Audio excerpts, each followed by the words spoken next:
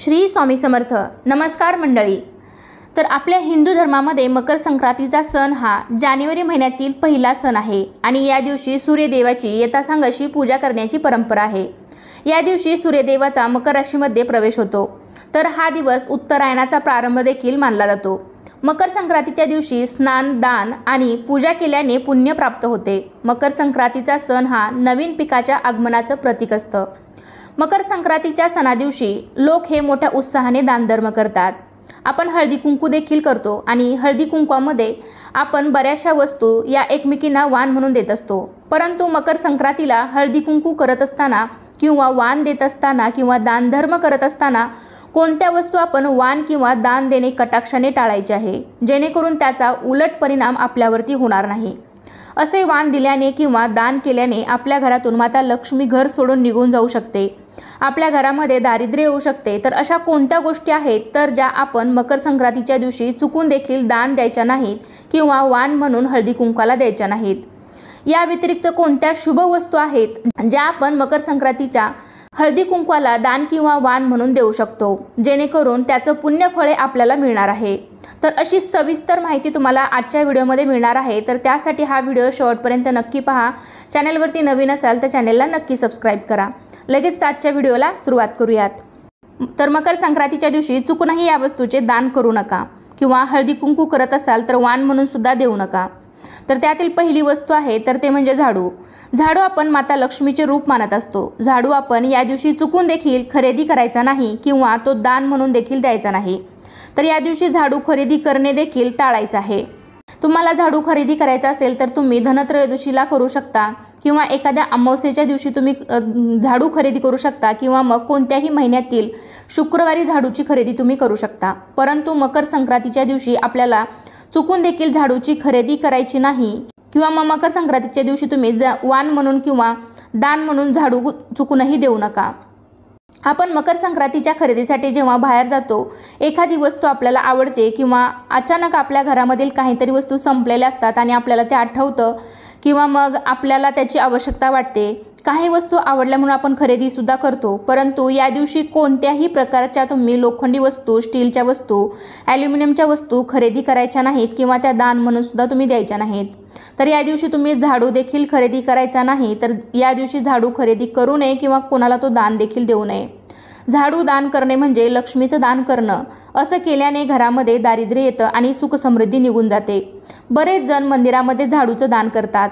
मंदिरामध्ये झाडू दान केल्याने आपल्याला पुण्य मिळत असतं, परंतु मकर संक्रांतीच्या दिवशी झाडू चुकून देखील दान करू नका। यानंतरची दुसरी वस्तू आहे तर ते म्हणजे धारदार वस्तू। तर बघा, मकर संक्रांतीच्या दिवशी धारदार वस्तूंचं दान किंवा वाण देखील तुम्ही करू नका। त्यानंतरची दुसरी वस्तू आहे तर ते म्हणजे धारदार वस्तू। तर बघा, मकर संक्रांतीच्या दिवशी जेव्हा आपण हळदी कुंकू करतो तर त्यावेळेस बऱ्याच वस्तू आपण धारदार वस्तू ज्या आहेत तर त्या हळदी कुंकवासाठी वाण म्हणून लुटत असतो किंवा मग मकर संक्रांतीच्या दिवशी ज्या धारदार वस्तू आहेत तर त्याचं दानसुद्धा आपल्याला या दिवशी करायचं नाही। हिंदू धर्मामध्ये असं मानलं जातं की तीक्ष्ण वस्तूमध्ये नकारात्मकता जास्त असते आणि त्यामुळे हे दान केल्यामुळं आपल्या घरामध्ये कलह वाढू शकतो, दुर्दैव येऊ शकतं। टोकदार वस्तू दान करणे अशुभ मानल्या जातात आणि असे केल्यामुळे व्यक्तीच्या जीवनामध्ये अडथळे निर्माण होतात, आजारपण येऊ शकते, नकारात्मकता आणि दारिद्र्य आपल्या घरामध्ये वास करू शकते। तर त्यासाठी कोणत्याही प्रकारच्या धारदार वस्तूंचे दान किंवा मग तुम्ही हळदी कुंकू करत असाल तर त्या दिवशी वाण म्हणून देऊ नका। तर या वाणामध्ये बऱ्याच जणी काय करतात तर आलं किसण्यासाठी जी किसणी असते छोटी, ती छोटी किसणी असेल किंवा मोठ्या किसण्या असतात, बटाटा पिलर असेल, पिझ्झा कटर असेल, चाकू असेल, महिलांना उपयोगी पडतील म्हणून त्या सेफ्टी पिनांचा जो बंच असतो तर ते देतात किंवा एखादी आकर्षक साडी पिन असेल तर ती देतात। परंतु अशा ज्या काही धारदार आणि टोकदार वस्तू आहेत तर त्या चुकून देखील तुम्हाला या दिवशी हळदी कुंकू करत असताना वाण म्हणून द्यायच्या नाहीत किंवा मग तुम्ही दान जरी देणार असाल तर त्या दान म्हणून द्यायच्या नाहीत। तर वाण म्हणून काय द्यायचं तर जो आपण वाणासाठी भाजीपाला एकत्र मिक्स भाज्या ज्या घेतलेल्या आहेत तर ते वाण म्हणून देण्याला जास्त महत्त्व आहे।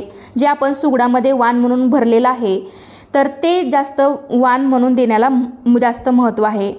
परंतु आजकालच्या या नवीन पिढीनुसार आपण वाण म्हणून वेगवेगळ्या आकर्षक वस्तू देत असतो, त्याही तुम्ही देऊ शकता, परंतु त्या वस्तूमध्ये तुम्ही या वस्तू ज्या मी आत्ता सांगितलेल्या आहेत तर त्या तुम्ही देणे कटाक्षाने टाळायचं आहे।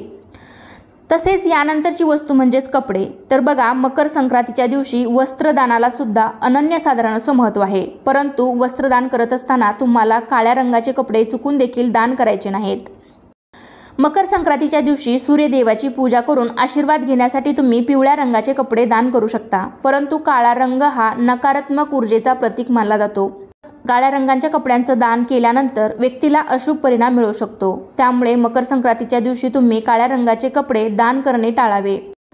काळ्या रंगाचे कपडे केवळ शुभ परिणाम साध्य करण्यात अडथळे निर्माण करू शकत नाहीत, तर ग्रहांच्या अशुभ प्रभावांना देखील प्रोत्साहन देऊ शकतात. काळ्या रंगाचे कपडे दान न करता तुम्ही परिधान करू शकता.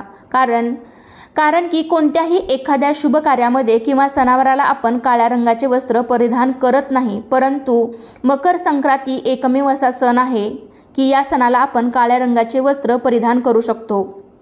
त्यासाठी तुम्ही काळ्या रंगाचे वस्त्र मकर संक्रांतीला परिधान करू शकता, परंतु दान करू शकत नाही. तर त्यामध्ये वस्त्रदान हे अतिशय योग्य दान मानलं जातं. परंतु वस्त्रदान करत असताना आपण या दिवशी वापरलेले किंवा जुने कपडे चुकून देखील दान करायचे नाहीत. तर या व्यतिरिक्त तुम्ही नवीन कपडे घेऊन ते तुम्ही दान करू शकता. किंवा बघा, थंडीचे दिवस आहेत तर त्यामध्ये तुम्ही चादर, ब्लँकेट असेल किंवा उबदार जे स्वेटर असेल किंवा लोकरीच्या इतरही वस्तू असतील, टोपी असेल, रुमाल असेल, पायमोजे असतील, तर अशा वस्तू तुम्ही गोरगरिबांना किंवा मंदिरामध्ये दान करू शकता. परंतु जुने, वापरलेले, फाटलेले, तुटलेले कपडे चुकून देखील दान करू नका. आपण बघा, एखाद्या दिवशी दान करायचं म्हटलं की आपण काय करतो, जुने सगळे कपडे काढतो आणि ते दान करतो. पण या दिवशी चुकून देखील जुने कपडे दान करू नये. इतर दिवशी तुम्ही ते जुने कपडे एखाद्या गरजू व्यक्तींना देऊ शकता, परंतु देत असताना ते फाटलेले नसावेत किंवा भरपूर खराब झालेले नसावेत, याची काळजी घ्यावी. कारण की बघा, आपण ज्या प्रकारे एखाद्या व्यक्तीला एखादी वस्तू देत असतो, तर देव त्याच प्रकारे आपल्याला त्याचे उलट परिणाम देत असतो. त्यासाठी तुम्ही दुसऱ्यांसाठी चांगलं केलं तर नक्कीच 100 पटीने तुमचं चांगलं होणार आहे. तर त्यासाठी इतरांना एखादी गोष्ट देत असताना तुम्ही नक्कीच चांगली द्या. तर बऱ्याचशा महिला काय करतात, एखादी घरातील खराब झालेली वस्तू असेल किंवा एखादी वाया गेलेली वस्तू असेल किंवा खराब झालेले कपडे असतील, तर त्या आपल्या कामवाल्या बायकांना किंवा इतर कचरा गोळा करणाऱ्यांना किंवा अशा एखाद्या गरीब व्यक्तींना ते दान करतात किंवा ते देऊन टाकतात. परंतु तुम्ही त्यांना जर चुकीचं आणि वाया गेलेलं दान देत असाल तर तुमच्या आयुष्यामध्ये सुद्धा असेच परिणाम तुम्हाला भोगावे लागू शकतात. त्यासाठी तुम्हाला जर दुसऱ्यांना द्यायचंच असेल तर ते तिळभर का होईना तुम्ही नक्कीच चांगलं द्या, म्हणजे त्याचं उलट तुम्हाला अगदी 10 पटीने चांगलं मिळू शकतं. तर यानंतरची वस्तू आहे तर ते म्हणजेच तेल. तर तेलाचे दान देखील आपल्याला मकर संक्रांतीच्या दिवशी करायचं नाही. बरेच जण शनीची साडेसाती कमी व्हावी किंवा आपल्या आयुष्यातील शनीचे दुष्परिणाम कमी व्हावेत यासाठी तेलाचे दान करत असतात. तर ते योग्यच आहे, तुम्ही तिळाच्या तेलाचे दान करू शकता, परंतु या दिवशी आपल्याला मकर संक्रांतीच्या दिवशी चुकून देखील हे दान करायचं नाही. कारण की या दिवशी जर तुम्ही तेलाचे दान केले तर त्याचा अशुभ परिणाम तुमच्या जीवनावरती होऊ शकतो. कारण की शनी हे सूर्यदेवाचे पुत्र आहेत आणि शनी आणि सूर्याचं फारसं पटत नाही. सूर्यदेवांसाठी आपण मकर संक्रांतीचा सण साजरा करत असतो. तर त्यासाठी या दिवशी जर तुम्ही तेलाचे दान केलं तर त्याचा अशुभ परिणाम तुम्हाला मिळू शकतो. त्यासाठी हा दिवस वगळता किंवा मकर संक्रांतीपासून ते रथसप्तमीपर्यंत तुम्हाला तिळाचे किंवा इतर दान कोणतेही करायचे नाही. यासाठी हा दिवस वगळता किंवा मकर संक्रांतीपासून ते रथसप्तमीपर्यंत या वस्तूंचे किंवा तेलाचे दान तुम्हाला करायचे नाही. तर या व्यतिरिक्त कोणत्याही शनिवारी किंवा मंगळवारी तुम्ही शनी मंदिरामध्ये किंवा कोणत्याही मारुतीच्या मंदिरामध्ये तुम्ही तेलाचे दान करू शकता. यामुळे तुम्हाला त्याचे शुभ परिणाम मिळतात. तुमच्या आयुष्यातील जी साडेसाती आहे ती हळूहळू कमी होऊ लागते. परंतु मकर संक्रांतीच्या दिवशी किंवा रथसप्तमीपर्यंत तेलाचं दान चुकूनही करू नका. तसेच मकर संक्रांतीच्या दिवशी आपल्याला मीठ, तांदूळ कोणालाही द्यायचे नाहीत. कारण की मकर संक्रांतीच्या दिवशी आपण या वस्तू जर घराबाहेर दिल्या किंवा इतर व्यक्तींना दिल्या तर त्यांच्या घरामध्ये आपल्या घरातील महालक्ष्मी निघून जाऊ शकते. तर त्यासाठी तुम्ही या वस्तूंचं दान किंवा कोणी कितीही तुम्हाला मागायला आलं, तुमच्याकडे या वस्तू मागायला आलं तरी देखील तुम्ही दूध, मीठ, दही त्यांना चुकूनही देऊ नका. तसेच यानंतरची शेवटची वस्तू आपल्याला मकर संक्रांतीच्या दिवशी चुकूनही कोणाला द्यायची नाही, तर ते म्हणजेच प्लास्टिकच्या वस्तू. तर बघा, बरेच जणी मकर संक्रांतीला हळदी कुंकू करत असताना स्वस्तात मस्त असं ऑप्शन म्हणून बऱ्याचशा प्लास्टिकच्या वस्तू खरेदी करून आणतात. तर त्यामध्ये प्रामुख्याने प्लास्टिकच्या प्लेट्स असतील, जग असतील किंवा प्लास्टिकचे डबे असतील, अजूनही काही वस्तू असतील, तर आपण काहीही खरेदी करून आणतो आणि हळदी कुंकवाच्या वेळेस अगदी ते स्वस्तात मिळतं आणि आकर्षक आहे म्हणून देखील आपण ते वाण म्हणून त्या वस्तू देत असतो. परंतु प्लास्टिकच्या वस्तू चुकून देखील कोणालाही वाण म्हणून देऊ नका, कारण की यामुळे तुमच्या कुंडलीतील राहू केतू जे आहेत तर ते खराब होऊ शकतात आणि त्याचा दुष्परिणाम तुम्हाला भोगावा लागू शकतो. मकर संक्रांतीच्या दिवशी हळदी कुंकू करत असताना तुम्हाला स्टीलच्या वस्तूसुद्धा कोणालाही द्यायच्या नाहीत. म्हणजेच तुम्ही स्टीलच्या वस्तू, ॲल्युमिनियमच्या काही वस्तू असतील, लोखंडाच्या वस्तू आहेत तर त्या वाण म्हणून तुम्ही चुकूनही देऊ नका किंवा त्या दान म्हणून देखील देऊ नका. तसेच तुम्ही काचेच्या वस्तूसुद्धा कोणाला देऊ नका. कितीही आकर्षक भेटवस्तू तुम्ही वाण म्हणून लुटण्यासाठी आणल्या असतील, काचेच्या असतील, स्टीलच्या असतील, लोखंडाच्या असतील, प्लास्टिकच्या असतील, तर त्या तुम्ही चुकूनही देऊ नका. तर आता बरेच जण काचेच्या वस्तूसुद्धा, काचेच्या बरण्या असतील, स्टीलच्या छोट्या छोट्या वाट्या असतील, प्लेट असतील किंवा प्लास्टिकच्या चहा गाळण्या वगैरे असतील, बऱ्याच जणी हे वाण म्हणून देतात. परंतु या वस्तू आपल्याला चुकूनही वाण म्हणून कोणालाही द्यायच्या नाहीत. तर मकर संक्रांतीच्या दिवशी दान म्हणून किंवा मग तुम्ही हळदी कुंकू करत असाल तर वाण म्हणून काय द्यावे, जेणेकरून आपल्याला सूर्य आणि शनी दोघांचाही आशीर्वाद मिळू शकतो, आपल्या आयुष्यातील संकटे दूर होऊ शकतात आणि आपल्या घरामध्ये सुख समृद्धी आपल्या आयुष्यामध्ये येऊ शकते. तर अशा वस्तू कोणत्या आहेत तर ते यापुढे जाणून घेऊया. तर त्यामध्ये प्रामुख्याने तुम्ही गूळ दान करू शकता. मकर संक्रांतीच्या दिवशी सकाळी पवित्र नदीमध्ये किंवा घरी स्नान करावे, त्यानंतर स्वच्छ वस्त्र परिधान करावे, मग सूर्यदेवाचे स्मरण करून तुम्ही गुळाचे दान करू शकता.